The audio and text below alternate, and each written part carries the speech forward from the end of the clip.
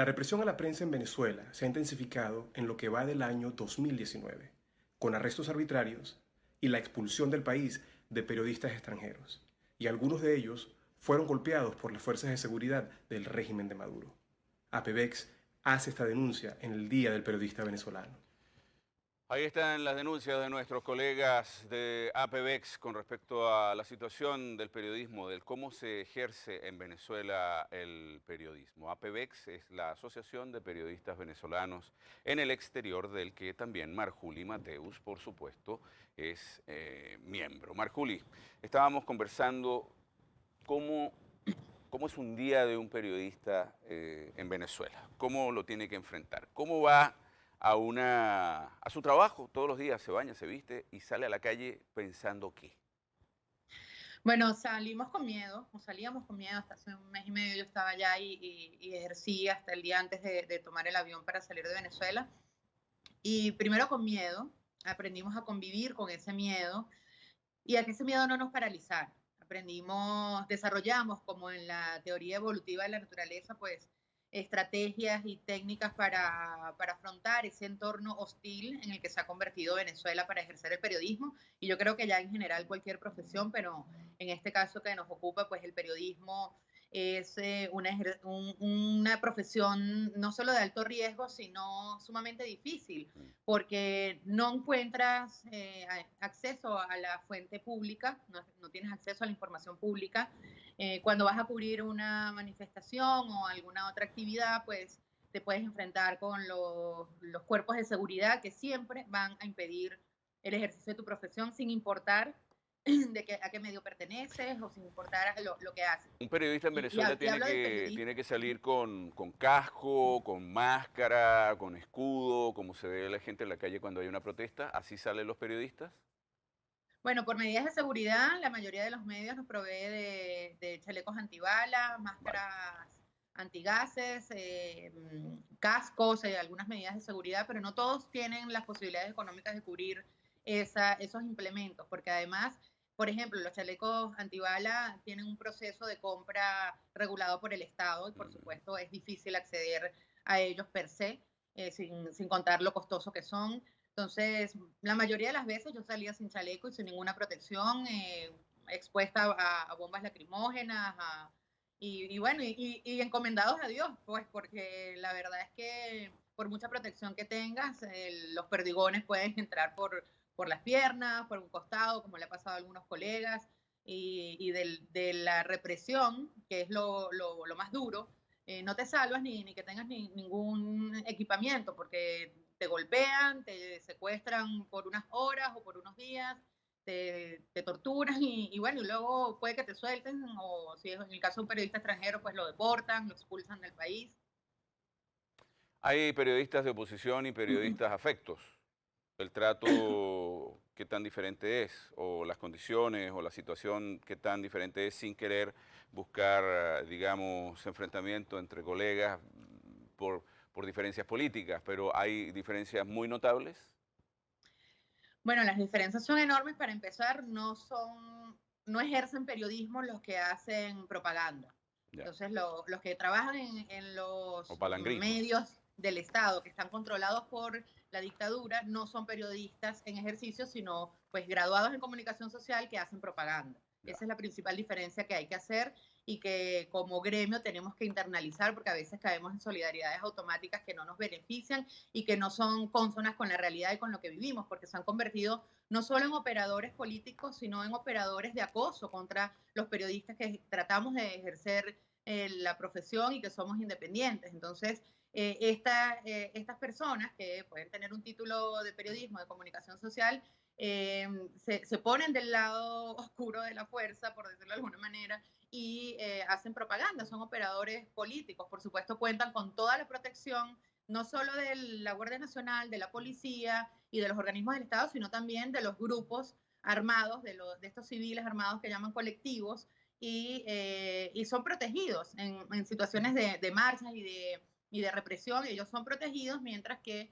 los periodistas que estamos del otro lado recibimos ataques, no solo ataques verbales, sino bombas lacrimógenas, perdigones y todo lo que conlleva la represión. ¿Qué tan complicado es el acceso a la fuente para los periodistas, digamos, que no son asalariados del Estado? A la fuente oficial es prácticamente nula, es prácticamente inexistente esa relación. Cuando tú vas a hacer una petición de información a un organismo del Estado, pues no puedes, esa información que debería estar en línea según todos los estándares de acceso a la información pública no está. Lo vimos con el Banco Central de Venezuela, que estuvo más de 2 años sin publicar las cifras, que normalmente, que es su deber publicar.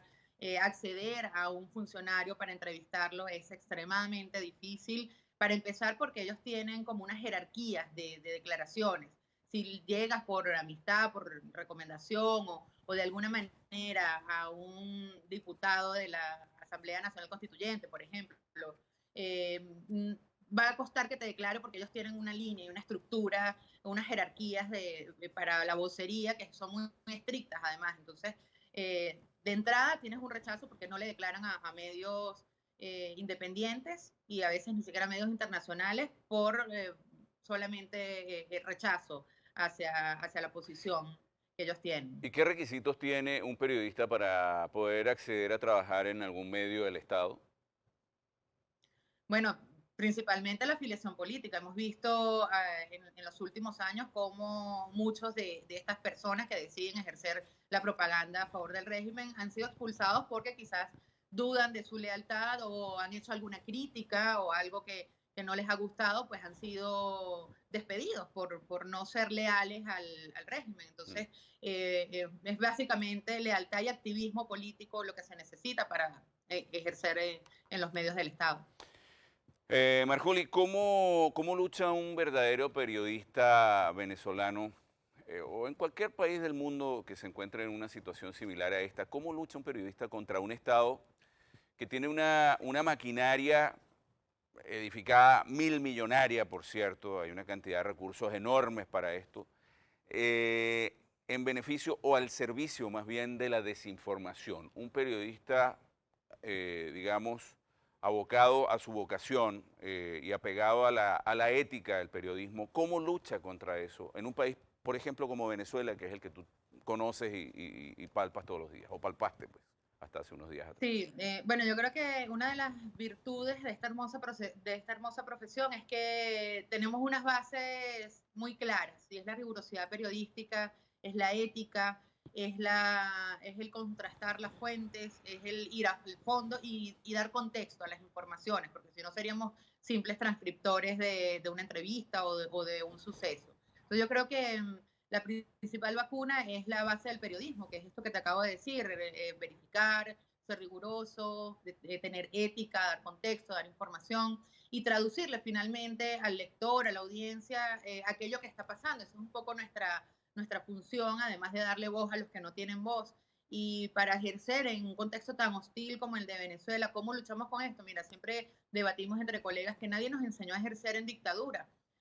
Hay colegas que tienen cursos de periodismo de guerra o periodismo científico, periodismo deportivo, pero nadie nos enseña a ser periodistas en una dictadura y menos en una dictadura del siglo XXI, que no tiene precedentes y cuyas características son bastante complicadas por todo el entramado de corrupción, de narcotráfico, de abuso de poder que implica y cómo se ha sostenido. Entonces, creo que mientras más nos apeguemos al origen de nuestra profesión, a las bases de nuestra profesión, mejor podemos luchar porque siempre vamos a estar a tratar no de ser imparciales ni de ser objetivos, que yo siempre hago énfasis en esto porque son quimeras casi inalcanzables. No quiere decir que abandonemos ese camino, pero yo creo que lo fundamental del periodista tiene que ser que seamos veraces. Mientras persigamos la veracidad y tratemos de ser veraces, un periodista tiene que ser veraz, más que imparcial y objetivo. Yo creo que esa es la mejor vacuna para un ambiente tan hostil. Marjuli, tú te fuiste hace pocos días, me dices hace aproximadamente un mes. De hecho, tienes extremadamente fresca la situación de Venezuela, la realidad, y ahora la puedes decir con entera libertad y con entera tranquilidad, sin miedo de que te vaya a llegar una represalia de alguien que te toque el timbre dentro de un ratito y te diga por qué usted está diciendo eso y mucho menos por qué lo está diciendo para un medio internacional. Vamos a hacer una pequeña pausa y cuando regresemos, Marjuli, vamos a conversar un poquito sobre lo último que tú palpaste de Venezuela en términos de cifras, piensa un poquito, tienes toda la pausa para pensar cuáles fueron las cifras que más te inquietaron y que más te estremecieron con respecto a esa Venezuela que tú y yo hemos compartido. Vamos a conversar también un poquitito desde Chile. Vamos a hacer una pequeña pausa en este Hola América a través de True Channel, hoy conmemorando el Día del Periodista Venezolano. Hacemos pausa, regresamos, no te vayas, ya volvemos.